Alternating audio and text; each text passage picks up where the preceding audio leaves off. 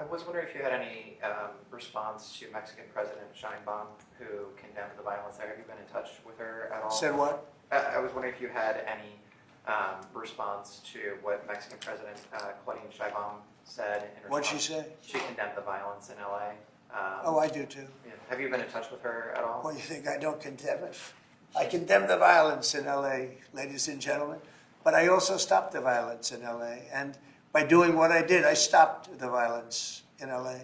That would have been, I think, maybe I'd ask Kristi to speak to that.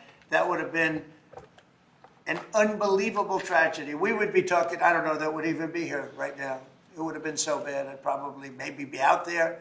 I don't know, but Kristi, could you speak to that? Absolutely. So in 2020, I was a governor of a neighboring state to Tim Walz and watched him let his city burn.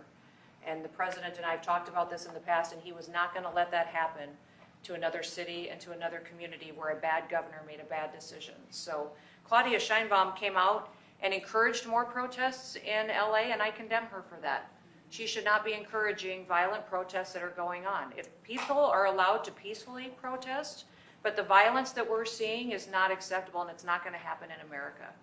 This president is standing up for the average American who wants to walk their child to school every day safely, run their small business, and provide for their families. That's the action that he's taken. He has every authority under the Constitution to send these National Guard under Title X into these communities and make sure that operations go smoothly, that law enforcement officers are protected, that they can continue to do their work without fear of being injured or killed or disrespected, and that they can go home to their families at night. So I'm incredibly proud of the president for activating the National Guard and for sending in these Marines, because these Marines are specifically trained to meet the need that we have on the ground in LA right now. And Governor Newsom has done a disservice to the state of California for many years. The people there should never elect him into a leadership position ever again. He clearly The governor's a nice guy, but he's grossly incompetent.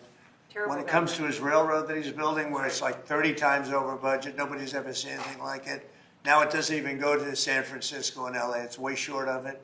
After years of work and overruns like nobody's, those contractors are some of the wealthiest people in the world, I guarantee you that, because that money goes to those contractors. They just did a number on the wallet of the people of California. That train, you should look at that train. That is the greatest. I've never seen cost overruns. I've seen cost overruns and great incompetence over my life. I've never seen anything like that.